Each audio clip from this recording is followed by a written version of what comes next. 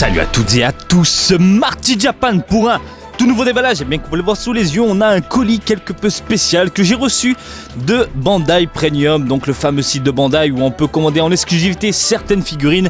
Aujourd'hui, eh bien, on va s'attarder sur la HG de Son Goku, le colis. Allez hop, j'ai dégagé le carton. Ici, on a donc une boîte noire sobre.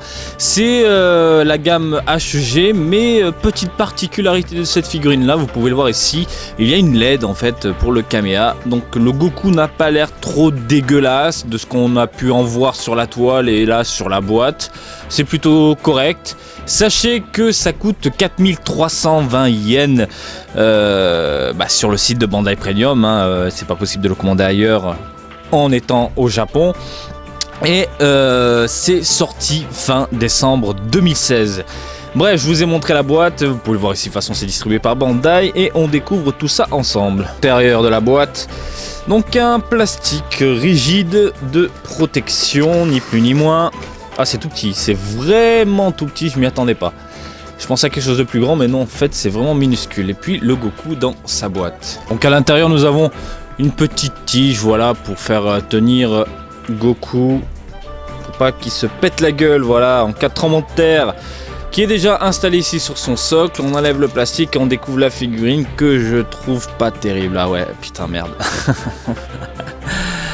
Alors le regard, ah ouais, on est loin de ce que j'avais vu sur internet, hein. Franchement, on est loin des images promotionnelles. Ah, c'est pas terrible, les proportions sont pas fameuses. Au niveau des couleurs, les tonalités, c'est pas fou. Voilà, on a du simple, quoique non, je vous dis un peu de bêtises. Voilà, on a quelques petits légers dégradés, contrastes qui partent. Voilà, on a un orange un peu clair. Et puis ça tire vers un orange un peu plus foncé sur les côtés. C'est assez spécial, hein. On a quelques pliures par-ci par-là et puis sans plus. Voilà, la modélisation je la trouve pas folle et les proportions elles ont pas l'air terribles non plus, hein. Je sais pas ce que vous en pensez, mais regardez au niveau du bras, j'ai l'impression qu'il est super large, les jambes ont l'air fines et petites. C'est assez bizarre. Au niveau du visage, voilà, c'est pas la joie, hein. C'est pas la joie. Je sais pas ce qu'ils ont fait, mais les traits noirs autour des yeux comme ça, on dirait qu'il a mis du mascara, le pauvre.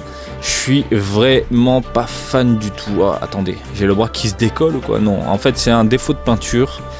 Voilà, on a un léger défaut de peinture ici. On a l'orange qui dépasse. Dommage, dommage, dommage. Bref, ça marche comment? Ok, on met les piles en dessous. On a le bouton on-off sur le côté. Et puis on a ici un espace pour la tige. Je ne sais pas si vous pouvez voir là au niveau de la main. Voilà, il y a une petite LED. J'espère qu'au moins le rendu sera sympathique. Bon, écoutez, on va mettre des piles. Alors, il faut des tournevis. Allez, c'est parti. Donc voilà, à l'intérieur, il faut 3 petites piles, comme vous pouvez le voir, 1,5 volts, triple ALR03, ni plus ni moins. Alors, est-ce que j'ai ça sous la main? Donc voilà, les piles sont installées. On a le Goku et on allume ça. Alors, le petit bouton qui est là. Boum. Écoutez, ça fait un petit effet sympa. Dommage que la figurine soit un peu ratée. Mais voilà, avec une petite lumière, une petite LED comme ça, je dis pourquoi pas. Franchement, ça rend plutôt bien. Voilà, on a l'impression qu'il a une boule entre les mains. En plus, à la caméra, je trouve que ça rend bien. Regardez, voilà, ça charge, j'ai l'impression. Enfin, il charge son ki, son caméa. Je trouve ça pas dégueulasse au final. Voilà. Alors, en éteignant la lumière, donc voilà, en éteignant la lumière, on a un effet plutôt cool, je trouve. C'est cool, voilà, c'est sympa, ça peut faire office de veilleuse pour les gamins, pourquoi pas, en mettant un petit Goku sur le bureau, sur une commode, où vous voulez, voilà, pour éclairer un petit coin d'une pièce la nuit. Je trouve ça plutôt sympathique. Dommage, encore une fois, que la modélisation ne soit pas au rendez-vous, ne soit pas top. C'est vraiment le gros point noir de cette figurine là. Niveau taille, qu'est-ce qu'on a? Alors le socle, l'énorme socle compris, c'est du... Oh là là, je suis bourré. Du 11, entre 11 et 12 cm. Et figurine seule, on tombe dans les 8 cm, 8-9 cm.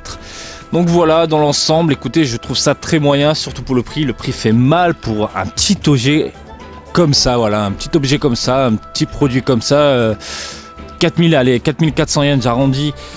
Ça, voilà, je trouve ça un poil abusé. Voilà, la modélisation est pas top encore une fois. Je sais que je me répète, mais je grince des dents parce que je m'attendais à mieux.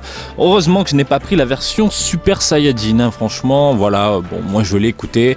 Ce qui est cool par contre, cette nouvelle gamme de figurines, cette nouvelle gamme où on expose des figurines avec des LED. Moi je dis pourquoi pas, au final ça rend super bien. Vous pouvez le voir au niveau des mains du personnage. Voilà, une sorte de boule qui apparaît. Et ça, je trouve ça plutôt sympathique. Voilà, j'espère que ce petit déballage du jour vous a plu.